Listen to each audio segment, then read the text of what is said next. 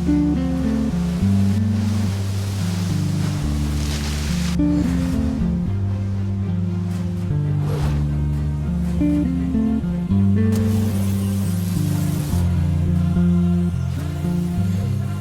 lagi bareng gue Rizal. Kali ini cerita film akan menceritakan alur film berjudul Adipurus.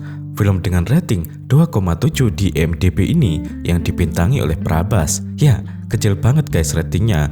Mungkin ini faktor CGI-nya yang kurang mumpuni. Namun sebenarnya alur filmnya sangat menarik untuk ditonton. Sebelum masuk ke ceritanya, Mimin sapa dulu nih warga yang hadir kemarin.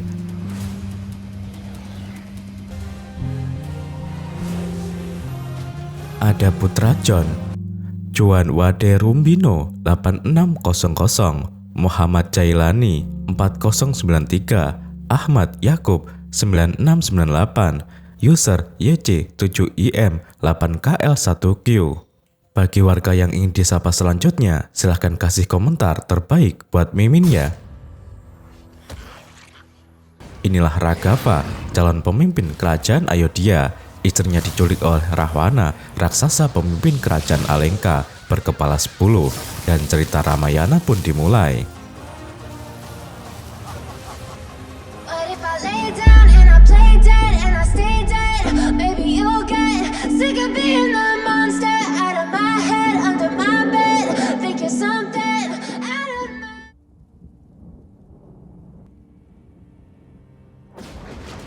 Zaman dahulu kala, seorang pria bernama Lankas atau Rahwana bersemedi cukup lama untuk mencari keabadian.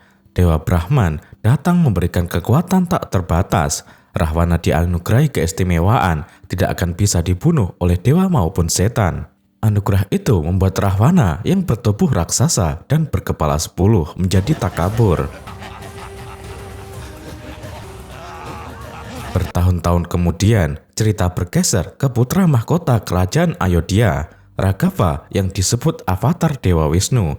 Sebagai pangeran kerajaan, Raghav diajari budi pekerti luhur dan dilatih memanah sejak kecil. Itulah yang membuat Raghav sangat mahir memanah. Bahkan Raghav mendapatkan istrinya Janaki melalui sayembara memanah. Masalah besar datang ketika Raghav akan dinobatkan sebagai raja. Ibu tirinya, Keikei, menuntut janji suaminya, Raja Dasarata, yang akan mengabulkan dua permintaannya. Liciknya, permintaan Keikei adalah mengangkat putranya, Bharata, menjadi Raja Ayodhya, sedangkan Raghav harus diasingkan selama 14 tahun. Permintaan itu membuat Dasarata marah. Disinilah kehebatan Raghav terlihat. Dia tidak ingin sang ayah ingkar janji. Oleh karena itu, Raghav berlapang dada menerima diasingkan atau dibuang. Tahta Ayodhya diserahkan kepada adik tirinya. Raghav meninggalkan kerajaan Ayodhya. Istri tercintanya, Janaki, memaksa ikut menemani.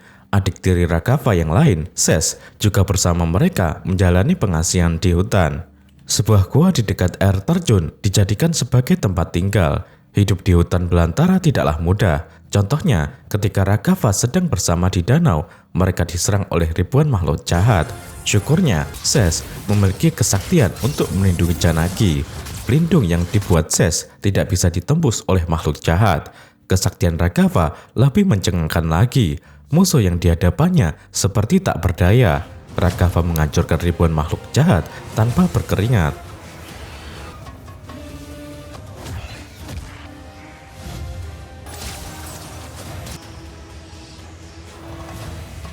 Pada saat Raghav selesai mandi di air terjun, seorang wanita yang melihatnya jatuh cinta. Wanita bernama Survanaka itu langsung mengajak Raghav menikah. Raghav menolak secara halus dan memberitahu bahwa dirinya sudah menikah. Survanaka tetap ingin memiliki Raghav. Dia berusaha membunuh istri Raghav, Janaki, dengan kesaktiannya. Ses yang melihat itu melepaskan anak panahnya hingga hidung Survanaka hancur. Survanaka tidak cerah. Dia pulang mengadu kepada kakak laki-lakinya, Rahwana, yang telah dianugerahi keabadian oleh dewa. Rahwana adalah penguasa kerajaan Alenka. Meski jahat, Rahwana menyayangi adik perempuannya. Survanaka menceritakan cintanya yang ditolak oleh Raghav hingga menyebabkan hidungnya hancur. Janaki adalah wanita tercantik di alam semesta. Tidak seharusnya dia berada di hutan. Dapatkan Janaki untuk melengkapi hidupmu. Dendam saya juga akan terbalaskan, ucap Surfanaka. Rahwana pasti akan membalaskan sakit hati adiknya. Dia juga penasaran dengan sosok Janaki yang disebut sebagai wanita tercantik di alam semesta. Rahwana menyusun rencana untuk menculik Janaki. Di siang bolong, Janaki dan Raghava sedang berromantis ria di atas perahu. Seekor rusa emas menarik perhatian Janaki. Keindahan rusa itu ingin dimiliki oleh Janaki. Untuk menyenangkan hati istrinya, Raghava bergerak cepat mengejar rusa emas. Raghava kesulitan menangkapnya. Hal yang membuat Raghava kaget, rusa itu bisa berbicara memanggil nama Ses. Suara rusa tersebut sangat mirip dengan Raghava. Janaki yang mendengarnya mengira Raghava butuh bantuan. Ses diperintahkan menyusul Raghava. Untuk menghindari hal-hal yang tidak diinginkan, Ses memasang garis pelindung. Janaki dilarang melewati garis itu, apapun yang terjadi. Rusa yang dikejar Raghava memang aneh. Raghava pun berhasil memanahnya. Ternyata rusa itu adalah siluman yang menyamar. Raghava dan Ses jadi khawatir sudah masuk jebakan. Mereka bergegas kembali ke tempat Janaki. Sementara Rahwana menyamar sebagai suami alias orang bijak untuk bertemu Janaki. Rahwana tidak bisa melewati garis pelindung yang telah dibuat Ses. Untuk memancing Janaki keluar, Rahwana berpura-pura meminta sedekah. Saat melihat Janaki, Rahwana terpesona dengan kecantikannya. Apa yang dikatakan Surfanaka benar, bahwa Janaki adalah wanita tercantik di alam semesta. Janaki mengambil bahan makanan untuk suami, tapi Rahwana tidak mau maju mengambilnya. Janaki diminta datang memberikan secara langsung. Tentu saja Janaki menolak. Rahwana berpura-pura ngambek ingin pergi. Rahwana mengaku ingin memberikan berkahnya kepada Janaki dan suaminya. Untuk menghindari amarah suami, Janaki terpaksa bersedia berjalan melewati garis pelindung. Saat memberikan sedekah itulah Rahwana menggunakan kekuatannya untuk menculik Janaki. Rahwana membuat Janaki dengan kelelawar raksasa yang menjadi kendaraannya. Raghava terlambat datang. Janaki sudah dibawa terbang menuju kerajaan Alengka. Raghava berusaha mengejar Rahwana. Seekor burung raksasa bernama Jatayu juga membantu menyelamatkan Janaki. Tapi usaha itu sia-sia. Rahwana menebas sayap Jatayu.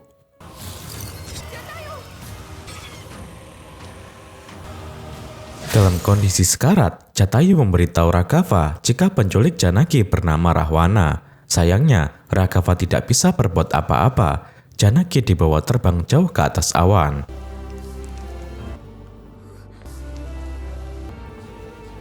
Untuk meninggalkan jejak, Janaki melempar biji kalungnya. Benda itu ditemukan seekor kera, lalu diserahkan kepada tokoh kera bernama Sugriwa. Sekumpulan binatang itu memiliki akal pikiran layaknya manusia. Janaki sendiri telah sampai di kerajaan Alengka. Kerajaan itu terlihat maju dan modern. Kedatangan Janaki tidak disukai oleh istri Rahwana yang bernama Mandodari. Hanya saja Mandodari tidak berdaya. Hal yang ditakutkan Mandodari, tindakan Rahwana akan membawa malapetaka besar untuk kerajaan Alengka. Kekhawatiran Mandodari cukup beralasan. Wanita yang diculik merupakan istri dari pangeran kerajaan Ayodhya. Janaki adalah permaisuri masa depan kerajaan Ayodhya yang perkasa. Raghava pasti akan segera menyelamatkan istrinya. Ses menyarankan Raghava menggunakan tentara kerajaan Ayodhya untuk menyerang kerajaan Alengka. Tapi Raghava memiliki pandangan berbeda. Dia tidak ingin menggunakan kekuatan kerajaan karena sedang menjalani pengasingan. Raghava harus berebut Janaki tanpa mengorbankan kesalehannya. Saat itulah seorang wanita tua muncul mendatangi mereka. Ses ingin membunuhnya karena pasti orang jahat yang menyamar. Tidak mungkin ada yang biasa berkeliaran tengah malam di hutan. Sikap berbeda ditunjukkan Raghava. Wanita tua itu disambut dengan ramah. Raghava memperlakukannya seperti seorang ibu. Lalu tiba-tiba wanita itu menjeburkan dirinya ke api dan berubah menjadi gadis cantik. Karena sebenarnya wanita itu adalah Sabari. Informasi sangat penting disampaikan Sabari. Jika Raghava ingin menyelamatkan istrinya, maka harus meminta bantuan Raja Kera Sugriwa yang ada di Gunung Risyamuka. Setelah itu, Sabari menghilang. Apa yang terjadi diintip oleh kera cerdas bernama Bajrang alias Hanuman. Bajrang juga sudah lama menunggu untuk bertemu Raghava yang diyakini avatar Dewa Wisnu. Keesokan harinya, Bajrang menyamar sebagai orang bijak. Dia meminta Raghava dan Ses kembali ke asalnya. Ses jadi marah diperlakukan seperti itu, sedangkan Raghava hanya tersenyum tenang. Tidak lama Raghava maju memberikan pelukan. Raghava sudah mengetahui jika yang ada di hadapannya adalah Bajrang. Bajrang meminta maaf, dia mengaku menyamar hanya untuk memastikan manusia yang datang benar-benar Raghava, bukan penipu yang menyamar. Mereka kemudian pergi menemui Raja Kera Sugriwa. Kedatangan Raghava disambut baik. Sugriwa memberikan biji kalung Janaki yang ditemukan anak buahnya. Dengan senang hati, Sugriwa pasti akan membantu Raghava yang disimbolkan sebagai pembawa kebenaran. Tapi aku tidak memiliki tentara, tidak memiliki kerajaan. Kakakku, Bali, mengambil semua yang kumiliki, ungkap Sugriwa. Sugriwa bisa saja melawan kakaknya itu, tapi Bali sangat licik, sehingga akan selalu menang. Raghava meminta Sugriwa tidak perlu takut. Jika Bali menggunakan kelicikannya, Raghava tidak akan tinggal diam. Sesuai rencana, Raghava menemani Sugriwa untuk menantang Bali duel adu kekuatan.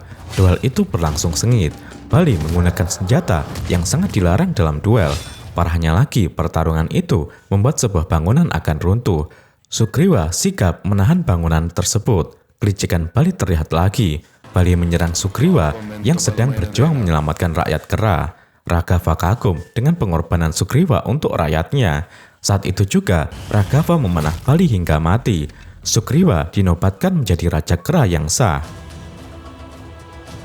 Lalu bagaimana nasib Janaki saat ini? Janaki benar-benar menderita batin. Dia menolak semua fasilitas yang diberikan Rahwana. Untuk makan saja Janaki enggan. Janaki hanya menangis dan bermuram durya. Kondisi Janaki membuat Rahwana sedih. Rahwana memang jahat, tapi cintanya untuk Janaki benar-benar setinggi langit.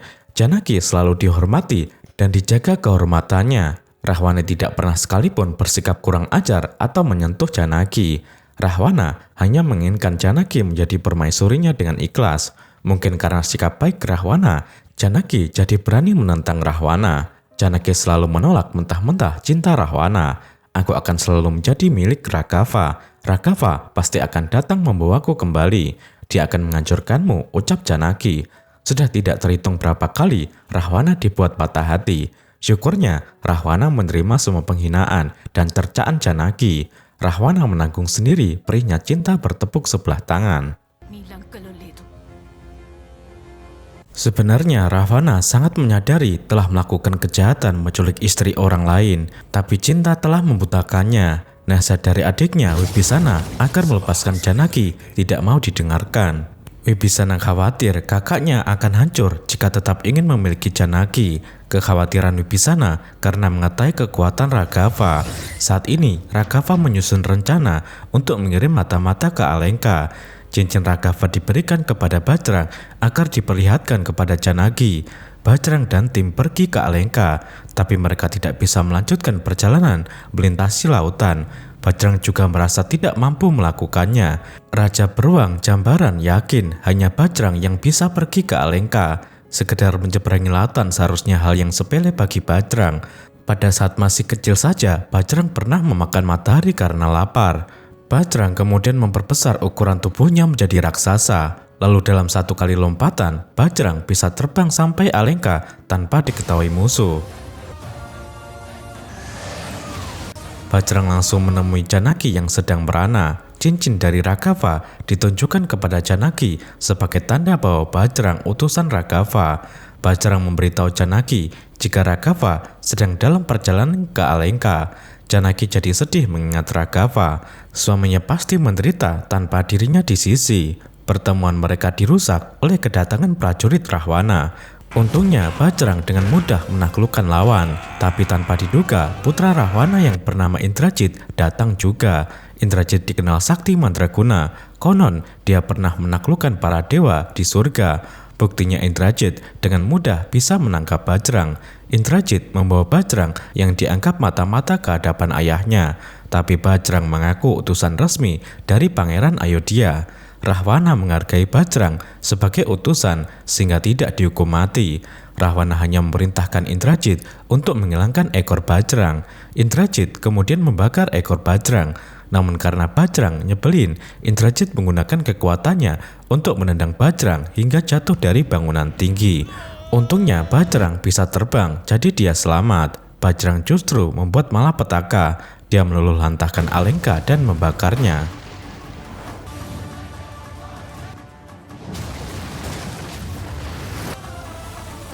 Setelah itu, Bajrang menemui Janaki lagi dengan tubuh raksasanya yang sangat besar. Bajrang mengajak Janaki pergi dari Alengka karena ada kesempatan untuk kabur. Anehnya Janaki menolak pergi. Rahwana telah berani membawaku pergi. Aku hanya akan kembali ketika Raghava datang menjemputku. Raghava harus mematahkan kesombongan Rahwana, ucap Janaki. Penolakan Janaki membuat cerita penculikan belum berakhir. Janaki hanya menitipkan gelangnya untuk diberikan kepada Raghava. Pesan yang harus disampaikan Bajrang bahwa Janaki sedang menunggu kedatangan Raghava. Bajrang terpaksa pamit pergi dan meninggalkan Janaki. Kembalinya Bajrang sudah ditunggu oleh Raghava dan pasukan kera di pinggir laut. Bajrang menyerahkan gelangnya dititipkan Janaki. Dia menunggumu. Sebelum Rahwana melakukan sesuatu yang tidak diinginkan, kamu harus sampai Alengka, ucap Bajrang. Raghava sangat khawatir jika terjadi sesuatu pada istrinya. Jembatan laut menuju Alengka harus segera dibangun.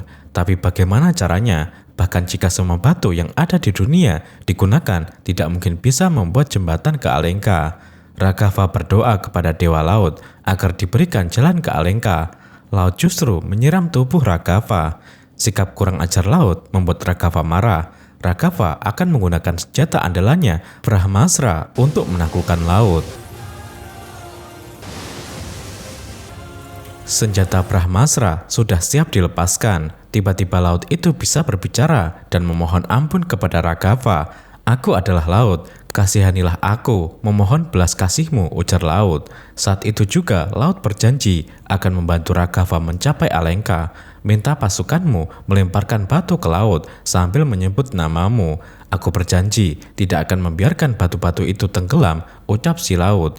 Setelah itu laut pun pamit pergi. Batu pun mulai dilempar ke tengah laut dan benar saja batu-batu itu tidak tenggelam. Raghava bersama pasukan kera dengan mudah membangun jalan ke Alengka.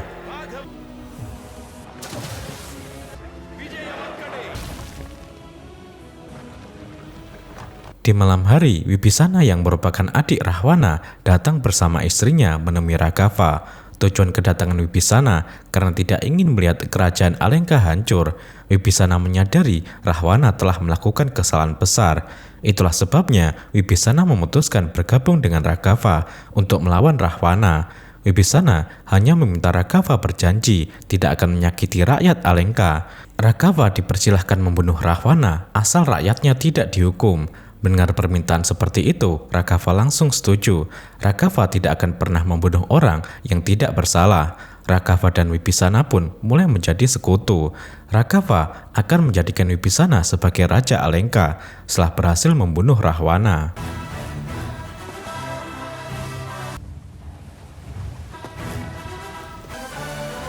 Peperangan besar antara Raghava dan Rahwana sudah semakin dekat. Rahwana datang lagi menemui Janaki. Sebuah hadiah istimewa diberikan untuk Janaki, yaitu hatinya yang dipenuhi cinta. Sikap Janaki tetap saja judes. Cinta besar Rahwana untuknya sama sekali tidak berarti. Janaki tidak bosan-bosannya menghina Rahwana. Apalagi suami Janaki, Raghava, jauh lebih hebat dibandingkan Rahwana. Lama-lama Rahwana kesal juga dengan sikap Janaki yang tidak pernah sedikit pun menghargainya. Tapi sekali lagi, Rahwana tidak pernah bisa menyakiti Janaki. Aku siap menjadi budakmu. Tolong katakan iya untuk cintaku, ucap Rahwana memohon. Janaki justru ketakutan melihat Rahwana yang menjadi pengemis cinta. Rahwana pun membiarkan Janaki sendiri. Rahwana masih memiliki harapan jika suatu saat nanti Janaki akan menerima cintanya. Di sisi lain, Rahwana juga harus mempersiapkan diri menyambut kedatangan musuhnya. Rahwana sudah mendapatkan informasi tentang Raghava yang telah membangun jembatan. Saat ini Raghava dalam perjalanan ke Alengka. Untuk mengetahui kekuatan Raghava dan pasukannya, Rahwana mengirim mata-mata ke tempat perkemahan Raghava yang sudah ada di wilayah Alengka. Mata-mata itu menyamar sebagai Wibisana, sedangkan Wibisana asli diikat. Tapi Raghava bukan orang bodoh, sangat mudah baginya mengidentifikasi mata-mata itu.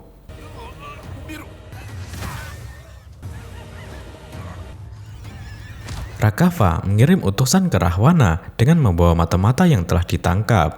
Utusan Raghava adalah Anggada yang merupakan putra Sugriwa.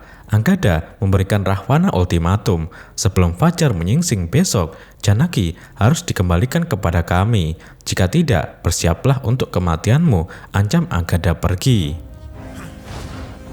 Ancaman itu bukan main-main. Raghava bersama seluruh pasukannya telah siap untuk berperang. Jumlah pasukan yang dimiliki Raghava sungguh sangat besar. Mimin tidak tahu jumlah pastinya, yang jelas jumlahnya banyak sekali. Hal yang tidak terduga, Rahwana datang dengan kendaraan kelelawarnya. Janaki juga dibawa oleh Indrajit. Entah apa yang ada dalam pikiran Rahwana, dia rela menyerahkan Janaki kepada Raghava. Janaki yang sangat merindukan suaminya berlari ke arah Raghava. Begitu pula Raghava yang selama ini merana tanpa Janaki. Rindu yang sudah lama terpendam akan segera terobati. Indrajit tiba-tiba menghalangi pertemuan mereka. Indrajit membunuh Janaki saat itu juga. Betapa hancurnya hati Raghava melihat istri tercinta sudah sekarat. Janaki yang terluka parah tiba-tiba tertawa. Ternyata dia anak buah Rahwana yang menyamar sebagai Janaki. Raghava ditipu, Raghava diprank. Rahwana tertawa puas berhasil membodohi lawannya. Raghava sangat marah. Dia bersama Bajrang, Ses, Sugriwa, dan Anggada mengejar Rahwana. Sialnya mereka masuk jebakan. Pasukan Rahwana sudah mengepung. Indrajit yang memiliki kecepatan seperti kilat menghajar Bajrang dan yang lain. Hanya Raghava yang bisa membaca gerakan Indrajit.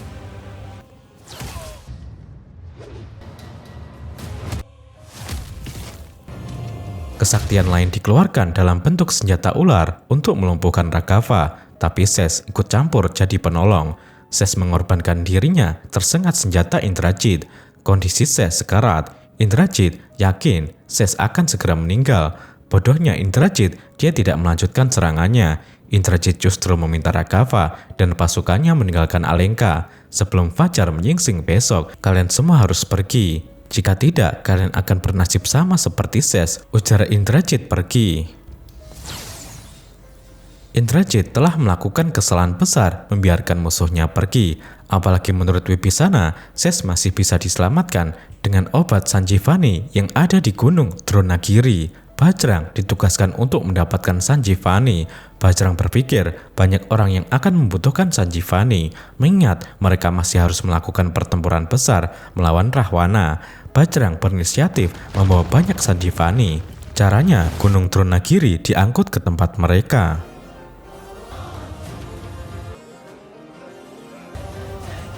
Wibisana dan istrinya membantu membuat ramuan obat Sanjivani. Dalam waktu singkat, Ses yang sekarat bisa sembuh dan pulih seperti sedia kala. Raghava mulai merancang serangan ke istana Rahwana.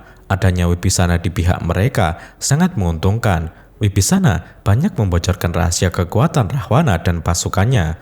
Raghava merencanakan serangan akan dilakukan dari 3 arah. Ses diberikan tugas khusus untuk membunuh Indrajit saat melakukan ritual di kolam emas. Indrajit tidak akan memiliki kekuatan apapun saat berada di dalam danau. Malam itu, Raghava memberikan motivasi untuk membangkitkan semangat juang pasukannya.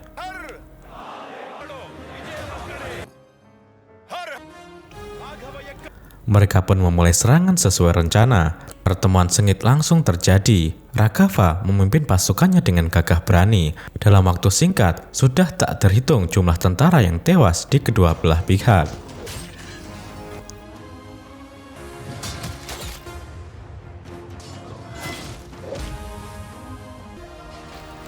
Sementara Ses bersama Wibisana dan Anggada mengincar nyawa Indrajit. Saya sudah mengetahui kelemahan Indrajit. Kaki Indrajit ditarik ke danau. Lalu dalam danau itu, Zeus membunuh Indrajit yang sudah tidak memiliki kekuatan apapun. Sedangkan Bajrang bertarung melawan salah satu prajurit terkuat Alengka, Kumbhakaran, yang bertubuh besar seperti Rahwana. Kehebatan Bajrang tidak mampu menandingi kesaktian Kumbhakaran. Untungnya, Raghava bergerak membantu. Raghava membunuh Kumbhakaran dengan panahnya.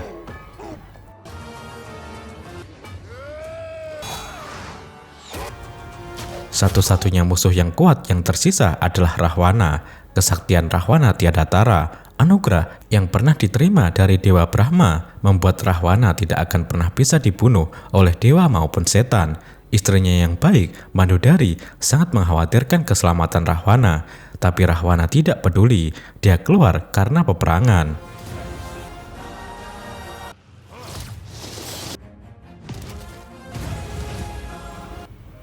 Rahwana mengerahkan pasukan kelelawarnya untuk menyerang lawan. Kelelawar raksasa peliharaan Rahwana berhasil dihancurkan oleh Bajrang. Tiba saatnya duel maut antara Rahwana dan Raghava terjadi. Rahwana benar-benar sakti mandraguna. Dia memiliki banyak senjata super. Banyak orang-orang dekat Raghava tewas di tangan Rahwana. Panah yang dilepaskan Raghava tidak mampu melukai Rahwana. Raghava kalah kuat. Dia seperti semut di hadapan Rahwana. Raghava diajar habis-habisan. Hampir saja Raghava akan terbunuh, andaikan saja Bajrang tidak menyelamatkannya. Kejahatan tidak akan pernah menang. Suara Dewa Brahma tiba-tiba muncul dalam pertempuran tersebut. Raghava memanfaatkan momentum itu untuk menggunakan senjata pamungkasnya, yaitu Brahmastra. Senjata Brahmastra menusuk bagian perut Rahwana. Saat itu juga tubuh Rahwana terbakar, tapi Rahwana tetap bisa tertawa sebelum senjata Brahmastra meledakkan tubuhnya menjadi abu. Angkara murka telah sirna. Raghava bisa bertemu Janaki kembali. Masa pengasingan mereka juga telah berakhir. Raghava pulang membawa Janaki ke kerajaan Ayodhya. Tidak lama kemudian, Raghava dinobatkan sebagai Raja Ayodhya dan Janaki menjadi permaisurinya. Dan film pun berakhir.